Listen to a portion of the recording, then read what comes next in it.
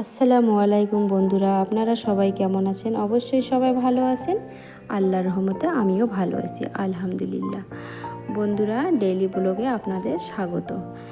এখন সময় হলো 8:30। আমি এখন চা বসিয়ে দিয়েছি।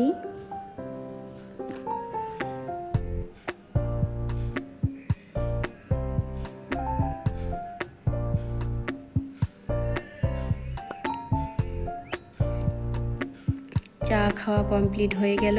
আমি এখন ভাত বসিয়ে দিলাম। এখন আমি কিছু সবজি কেটে নিব। করলা, বাঁধাকপি, বেগুন। এখন মেশিন থেকে কিছু কাপড় বের করে নিব, রোদে দিয়ে দিব। কিন্তু বন্ধুরা, যখনই মেশিন থেকে কাপড় বের করতে যাই তখনই আমার কান্না চলে আসে, যে মনে হয় যে হাত দিয়ে কাচাটাই অনেক ভালো, কারণ এতটা কাপড় দড়ির মতো পেকে যায় যে আমার খুবই কষ্ট হয় কাপড় বের করতে ওখান থেকে। অফ ক্যামেরায় আমার ঘর মোছা কমপ্লিট হয়ে গেল। এখন আমি মপটা ধুয়ে নিচ্ছি।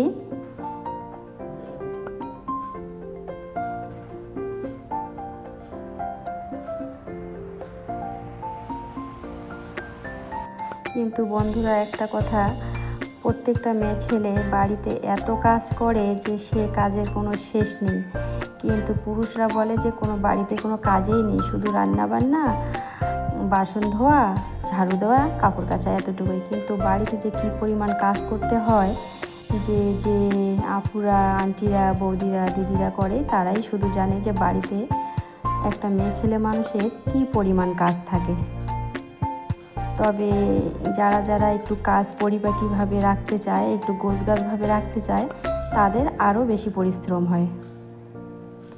আর যারা একটু মনে করে যে কি রান্না করলাম বাস হয়ে গেল, তাদের ক্ষেত্রে একটু কম। কিন্তু যারা একটু পরিপাটিভাবে রাখতে চায় তাদের কিন্তু সময় থাকে না।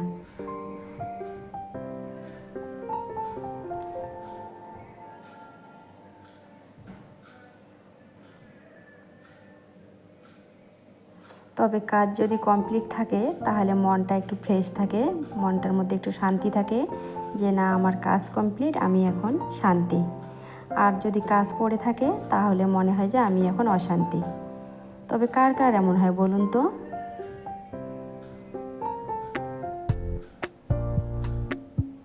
তবে বন্ধুরা, আপনারা শুধু ভিডিও দেখেন কিন্তু কোনো লাইক করেন না, কোনো কমেন্ট করেন না।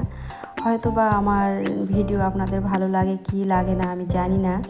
তবে যদি ভালো লেগে থাকে কোথাও কোনো একটা অংশ, তাহলে আপনারা অবশ্যই লাইক, কমেন্ট ও শেয়ার করে আমার চ্যানেলটাকে সাবস্ক্রাইব করে দেবেন। এদিকে এখন আমি ভাজাটা কেটে নিচ্ছি, ধুয়ে নিচ্ছি।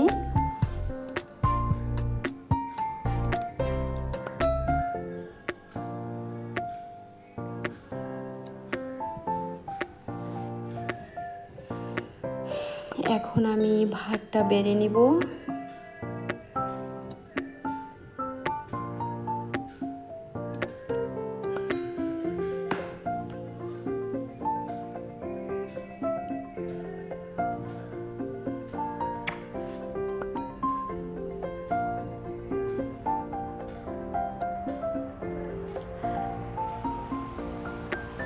এখন আমি ডালটা ফোড়ন দিয়ে দিব।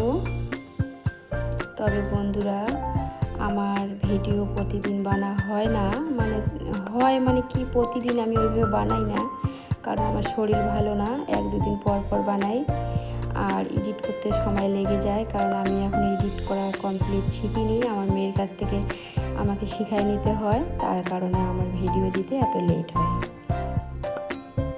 কারণ আমি সত্যি কথা বলতে বেশি পছন্দ করি, আমি মিথ্যা কথা বলি না।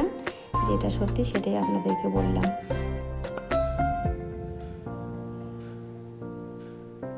এখন আমি করলা আর আলু ভাজা বসিয়ে দেব।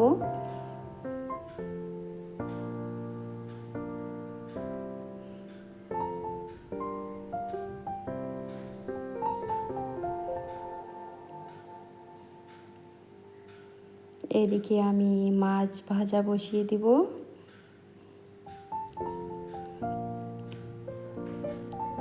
সরি, মাছ ভাজা না, মাছ ভাজা আমার অফ ক্যামেরায় হয়ে গিয়েছে। এখন আমি মাছটা ঝোল করে নেব। এই যে আমার কড়াইটা এত কালো দেখা যাচ্ছে বন্ধুরা, এটার মধ্যে আমার মা তেলাই পিঠা বানিয়েছে, তো তার কারণে কড়াইটা এত কালো। যাই হোক, আমার অন্য ভালো কড়াই আরও যদিও আছে, তারপরে আমাকে জানি না কেন আমাকে এই কড়াইটা রান্না করতে ভালো লাগে।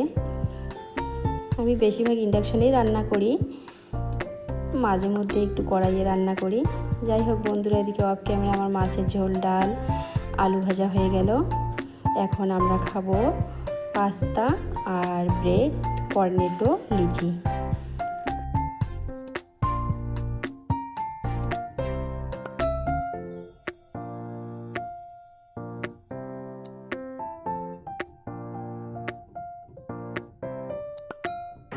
বন্ধুরা, ভিডিওটি আমি আর বড় করব না, ভিডিওটি আমি এখানেই শেষ করে দিব। যদি ভিডিওটি ভালো লেগে থাকে তাহলে লাইক, কমেন্ট, সাবস্ক্রাইব করে দিয়ে আমার পাশে থাকবেন।